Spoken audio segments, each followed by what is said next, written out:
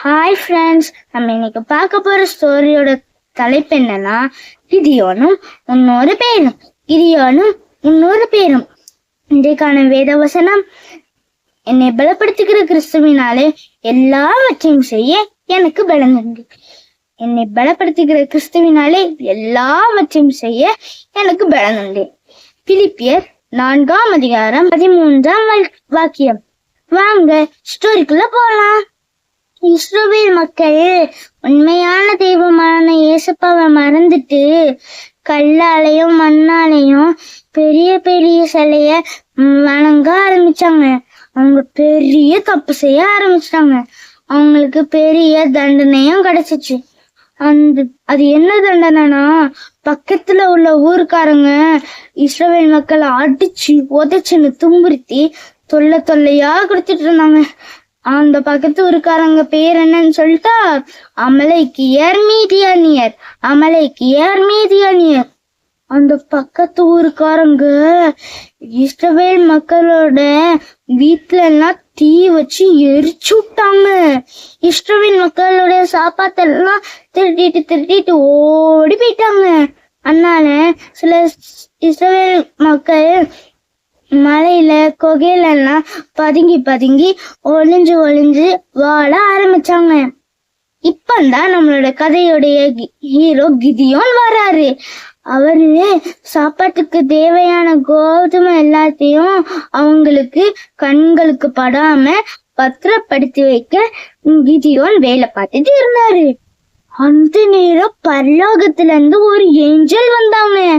ஆமா, ஒரு தேவதூதன் காட்சி அடிச்சாங்க. உடனே அந்த ஏஞ்சல் கிதியோனை பார்த்து சொன்னாங்க, பராக்கிரமசாலி கர்த்தர் உன்னோடு கூட இருக்கிறார் அப்படின்னு சொன்னாங்க. உடனே கிதியோன் சொன்னாரு, நான் பராக்கிரமசாலியா? எங்க வீட்டுல நான் தான் சின்ன பையன் அப்படின்னு சொன்னாங்க. உடனே கிதியோனை பார்த்து ஏஞ்சல் சொன்னாங்க, உங்க பக்கத்து ஊருக்காரங்க செய்யற அராஜகத்தையும் அட்டூழியத்தையும் நான் பார்த்துட்டு தான் இருக்கேன். அந்த யுத்தத்துல நடக்கச்சுல கிதியோன் நீ தான் ஜெயிப்ப, நான் அவன் கூட இருக்கிறேன், கர்த்தர் உன் கூட இருக்கிறார் அப்படின்னு சொன்னாங்க. உடனே கிதியோனுக்கு சந்தோஷம் தாங்க முடியாம டக்குன்னு போய் சாப்பாடு சமைச்சு ஒரு பாறை மேல வச்சாரு. பாறை மேல வச்ச உடனே ஒரு தீ வந்து அந்த சாப்பாட்டை அப்படியே சாப்பிட்டுருச்சு. உடனே கிதியோனுக்கு ஒரே ஆச்சரியம். ஏஞ்சலும் மறைஞ்சு போயிட்டாங்க. கிதியோனுக்கு ஏஞ்சலை பார்த்த உடனே ஆச்சரியமாவும் அதிர்ச்சியாவும் இருந்துச்சு. உடனே கிதியோன் ஒருக்கா தனியா இருக்கச்சுல கிதியோன் ஒரு விண்ணப்பம் கேட்டாரு. அது என்ன விண்ணப்பம் அப்படின்னா, ஏசப்பா என்னோட கையில ஒரு தோல் ட்ரெஸ் இருக்கு ஏசப்பா, இந்த தோல் ட்ரெஸ் அந்த தரையில விரிச்சு வைப்பேன். நாளைக்கு காலையில பாக்கல இந்த தோல் ட்ரெஸ் நனைஞ்சு இருக்கணும், சுத்தி உள்ள தர காஞ்சு இருக்கணும் ஏசப்பா. அப்படி நீங்க பண்ணீங்கன்னா நீங்க தான் யுத்தத்துக்கு போக சொல்றீங்கன்னு நான் நம்புறேன் அப்படின்னு சொன்னாங்க. மறுநாள் காலையில எந்திரிச்சு பார்த்தா ஒரே ஆச்சரியம்தான். அந்த தோல் ட்ரெஸ் தண்ணீர்னாலும் பனியனாலும் நனைஞ்சிருந்துச்சு, சுத்தி உள்ள தர காஞ்சிருந்துச்சு. இருந்தாலும் கிதியோன் விடல. ஏசப்பாட்ட கிதியோன் இன்னொரு விண்ணப்பம் கேட்டாரு. என்ன விண்ணப்பம் அப்படின்னா, ஏசப்பா ப்ளீஸ் ஏசப்பா மட்டும் எனக்கு செஞ்சா நீங்க தான் நீங்க யுத்தத்துக்கு போக சொல்றீங்கன்னு நம்புறேன்னு சொல்லிட்டு அடுத்து இந்த தோல் ட்ரெஸ் நான் இந்த தரையில விரிச்சு வைக்க ஏசப்பா, இது இந்த தோல் ட்ரெஸ் காஞ்சிருக்கணும், சுத்தி உள்ள தர நனைஞ்சு இருக்கணும் ஏசப்பா, ப்ளீஸ் ஏசப்பா இத மட்டும் நீங்க செஞ்சா உங்களை நான் யுத்தத்துக்கு கூட்டிட்டு போறீங்கன்னு நான் நம்புறேன் அப்படின்னு சொன்னாங்க. மறுநாள் காலையில பார்த்தா ஒரே ஆச்சரியம்தான்.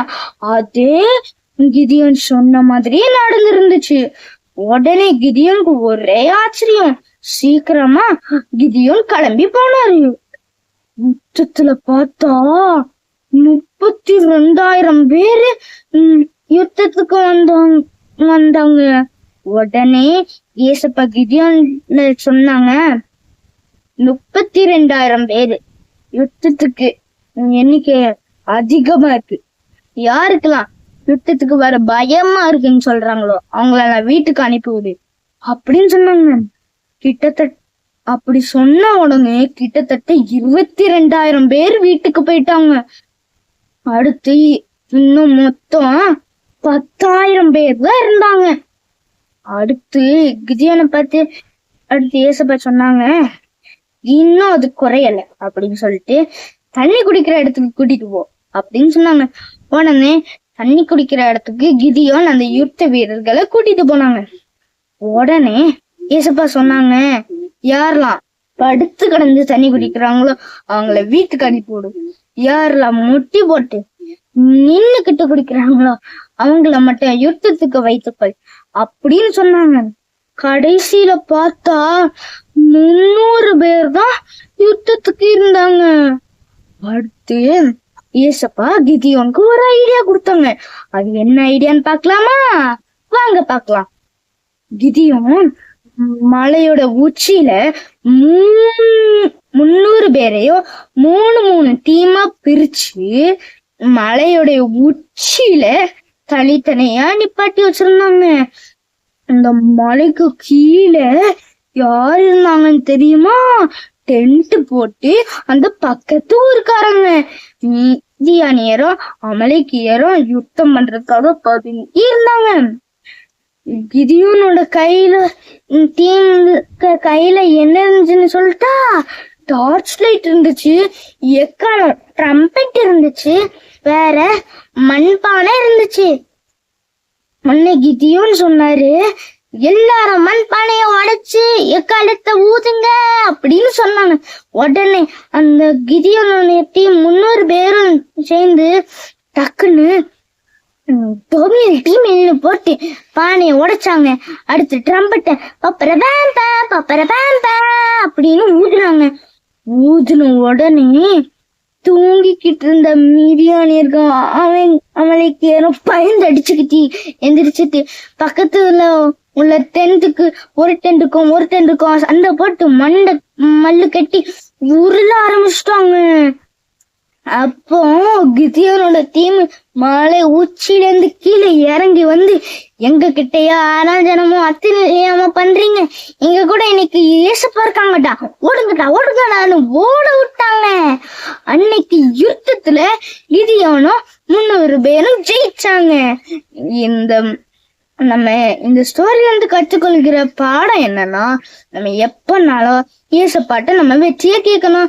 யாரு கூட எல்லாம் ஏசப்பா இருக்காங்களோ அவங்களுக்கு எப்பனாலும் வெற்றி தான். அதனாலதான் ஏசப்பா சொல்லியிருக்காங்க, குதிரை யுத்த நாளுக்காக ஆயத்தமாக்கப்படும், ஜெயமோ கர்த்தரால் வரும். The horse is prepared for the day of battle, but victory belongs to the Lord. Thank you. God bless you. Bye.